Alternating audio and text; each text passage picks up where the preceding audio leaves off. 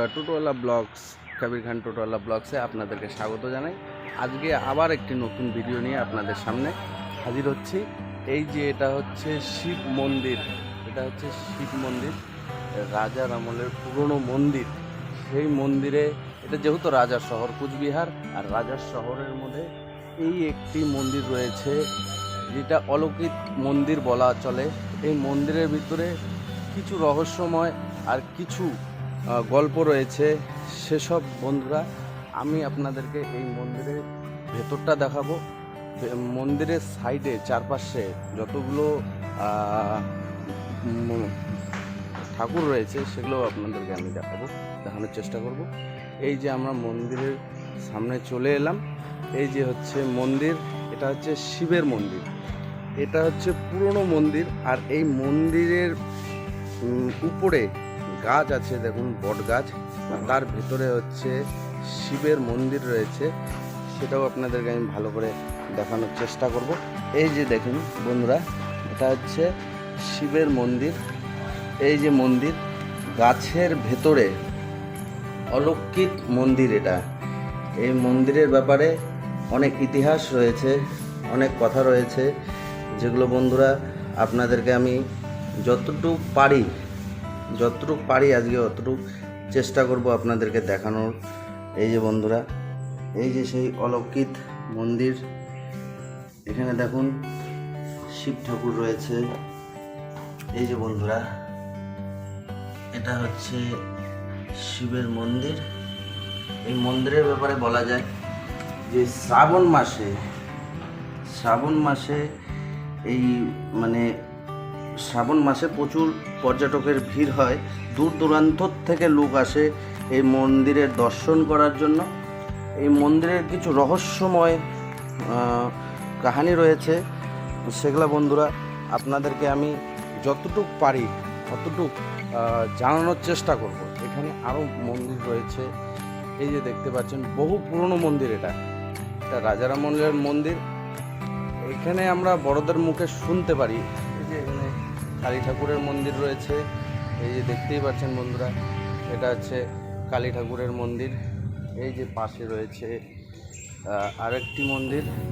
এই যে বন্ধুরা আমি আপনাদেরকে দেখাচ্ছি, এই যে এখানে গণেশ মন্দির রয়েছে। এই যে বন্ধুরা, এটা হচ্ছে গণেশ মন্দির। এই যে গণেশ মন্দির। এই যে বন্ধুরা, আর একটু আগিয়ে গেলে মন্দিরের চারপাশে মন্দির রয়েছে। এই যে আরেকটা মন্দির দেখতেই পাচ্ছেন বন্ধুরা, এই যেটা আরেকটা মন্দির। মন্দিরের চারপাশে চারিদিকে মন্দির রয়েছে। আর হচ্ছে এই মন্দিরের ব্যাপারে যতই বলা যায় অতটাই কম হবে। আমরা বড়দের মুখে যতটুকু শুনতে পারি, এই মন্দিরে অলৌকিক কিছু রহস্যময় গল্প রয়েছে। এটা হচ্ছে শনি মন্দির।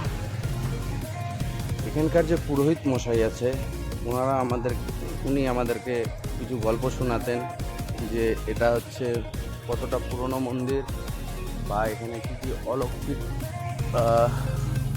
রহস্যময় রয়েছে। এই যে এটা হচ্ছে নন্দী ঠাকুর। এখানে যে রহস্যময় কিছু গল্প রয়েছে, আগে পুরোহিত মশাইয়ের কাছে অল্প কিছু শুনে নিই, বাকিটা আপনাদেরকে আমি বলবো।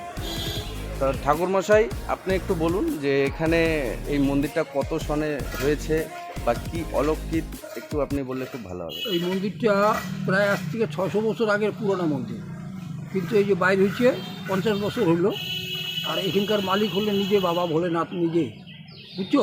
এই মন্দিরটা বাইর করছিল এই রাজবাড়ি যে প্রধান ছিল, সেই তারাই বাইর করছিল। তার ছেলে একজন আছে রাজু, সে আসা যাওয়া করে, বুঝছো।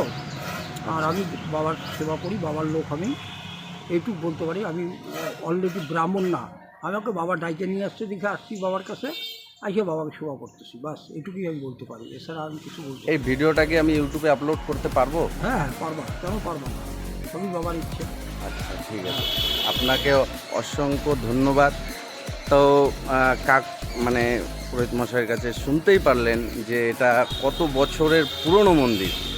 তা এখানে আমরাও ছোটোবেলায় এখানে আসতাম। আমরা এখানে শুনতে পেরেছি যে রাজার যে দারোয়ানরা ছিলেন, তেনারা এখানে এসে পাহারা পাহারা দিতেন এই জায়গাটাতে।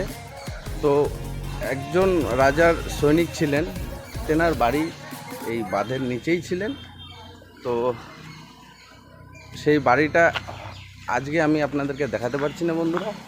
তবে আমার হ্যালো বন্ধুরা, যেমন কি আমি বলেছিলাম যে রাজার মন্দির, শিব মন্দিরটা দেখিয়েছিলাম, এবার আমি আপনাদেরকে দেখাবো এখানকার দুর্গ মন্দির। এই যে দুর্গ মন্দিরের মণ্ডপ রেডি হয়ে গেছে, আজকে মহালয়া। এই যেটা দুর্গ মন্দিরের কাজ চলছে সেটাও আমি আপনাদেরকে দেখাবো। এই যেটা মন্দিরে চলে এলাম, এটা হলো সরকারি মন্দির। এই যে মন্দিরের ভিতরে এটা হচ্ছে সরকারি মন্দির। এই যে মন্দিরটা দেখতে পাচ্ছি, মন্দিরের কাজ চলছে। এটা হচ্ছে রাজার আমলের মন্দির। এই যে ভিতরে পুরো কাজ চলছে, এই যে দেখতেই পাচ্ছেন বন্ধুরা। এই যে মহালয়া, ভিতরে কর্মীরা কাজ করছে। এই যে কর্মীরা এখানে কাজ করছে। এটা হচ্ছে দুর্গ মন্দির। আর হচ্ছে বন্ধুরা